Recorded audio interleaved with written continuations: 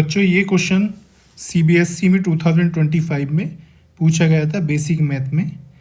तो देखो इस क्वेश्चन को आइए सोल्व करते हैं।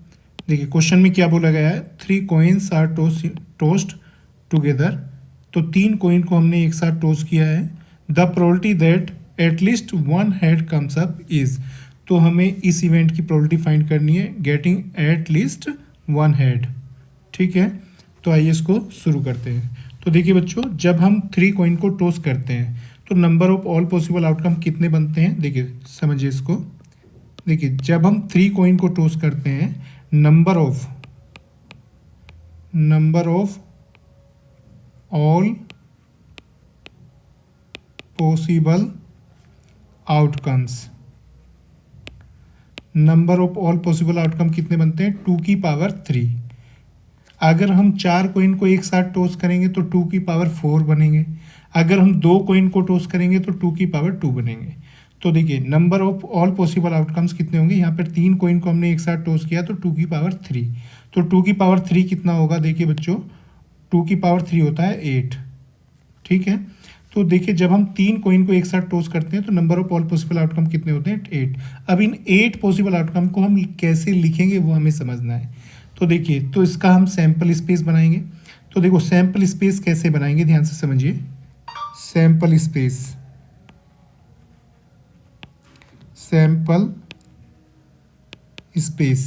तो देखिए सैंपल स्पेस कैसे बनेगा, ऑल पॉसिबल आउटकम्स को हमें शो करना होता है सैंपल स्पेस में।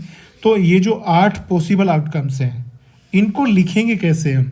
तो देखिए इनको लिखने का तरीका क्या होता है, ये 8 आउटकम में, तो 8 का पहले हम हाफ करेंगे। 8 का हाफ कितना होता है, 4। तो पहले हम क्या करेंगे, 4 टाइम क्या लिखेंगे, हेड। 4 टाइम हम क्या लिखेंगे, हेड। फिर 4 टाइम हम क्या लिखेंगे, टेल। ठीक है बच्चों, फिर हम 4 का आधा करेंगे तो 2 हो जाएगा। तो फिर हम 2 टाइम हेड लिखेंगे और 2 time tail, 2 time head, 2 time tail. ठीक है बच्चों, अब 2 का हाफ करेंगे तो 1 आ जाएगा। तो 1 time head, 1 time tail, 1 time head, 1 time tail, 1 time head, 1 time tail, 1 time head, 1 time tail. तो बच्चों ये हमारे क्या आ जाएंगे, 8 पॉसिबल आउटकम्स। ठीक है, तो ये सैंपल स्पेस हमारा बन चुका है। तो देखिए सैंपल स्पेस में ऑल पॉसिबल आउटकम्स को हम शो करते हैं। तो हमारे ऑल पॉसिबल आउटकम्स क्या है, 8। अब देखो बच्चों इवेंट क्या है हमारी, इवेंट है getting at least one head. तो हमें कम से कम एक हेड मिलना चाहिए। तो देखिए इवेंट को यहाँ पर लिख देते हैं, let E be the event of getting at least one head,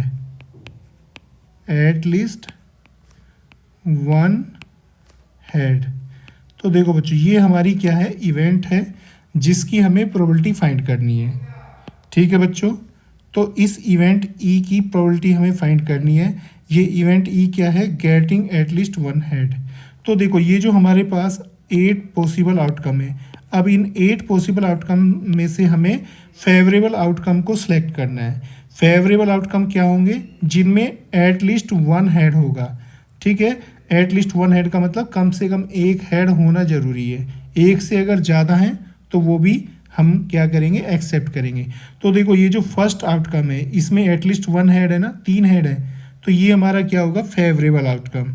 ठीक है बच्चों, तो ये हमारा फेवरेबल आउटकम होगा।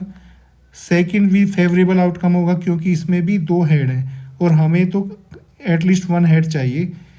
ये थर्ड भी हमारा क्या होगा, फेवरेबल होगा। फोर्थ भी हमारा क्या होगा, ये फेवरेबल होगा। फिफ्थ भी फेवरेबल होगा, सिक्स्थ भी, सेवन्थ भी। ये लास्ट वाला आउटकम हमारा रिजेक्ट हो जाएगा क्योंकि इसमें एटलीस्ट वन हेड नहीं है।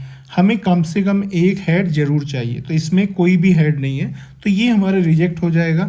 ठीक है, तो लास्ट वाला रिजेक्ट होगा, बाकी ये 7 आउटकम्स क्या होंगे, हमारे एक्सेप्ट हो जाएंगे, फेवरेबल आउटकम होंगे। तो देखिए हमारे नंबर ऑफ फेवरेबल आउटकम कितने होंगे, नंबर ऑफ फेवरेबल